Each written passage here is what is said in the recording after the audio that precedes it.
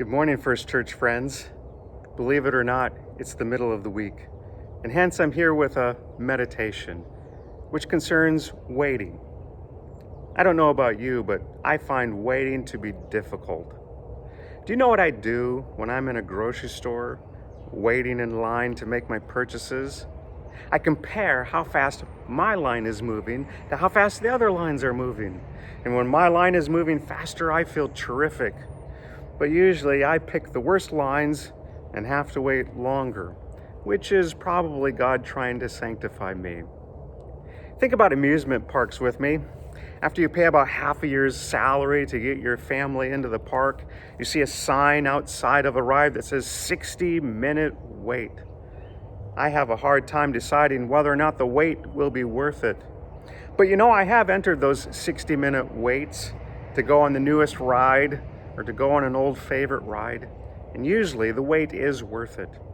However, there was this one time in Disneyland, we entered the line, and about 30 minutes into the line, we heard the ride was malfunctioning and would have to be shut down. Disneyland is not always the happiest place on earth. Waiting can be difficult, and sometimes at the end of the wait, you can find disappointment. Here in California, we're waiting for churches to be able to reopen their sanctuaries for worship. Churches are in what is called stage 3 of reopening California. Churches are in stage 3 along with hair salons, gyms, sporting events, movie theaters, other high-risk businesses.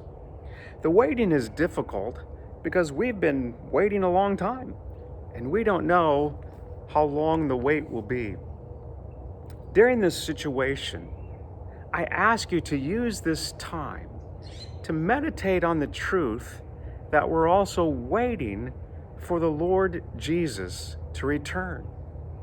In this fallen world, waiting for Jesus to return can be difficult, but the wait will surely be worth it. Concerning that truth, I want to read to you a wonderful passage in Lamentations chapter 3. Lamentations chapter 3, by the way, is a chapter I shared with you some verses from just a few weeks ago. Lamentations chapter 3, verse 22 says, "The steadfast love of the Lord never ceases, his mercies never come to an end." Some of you shared with me that those are some of your favorite verses. Well, in that same chapter, starting in verse 25, we read these verses about waiting. "The Lord is good to those who wait for him, to the soul who seeks him. It is good that one should wait quietly for the salvation of the Lord." Someday, the sky is, so to speak, going to reopen, and the Lord Jesus is going to return. And on that day, we who are trusting in Jesus are going to see our full, complete salvation that Jesus has provided for us. And that is going to be more awesome than we can even imagine. That is something good and helpful to think about. And be assured that wait will not disappoint. And seek to draw closer to Jesus. The verses say the Lord is good to those who do so. Meditate on that this week and be blessed by the Lord your God. Thank you for joining me today.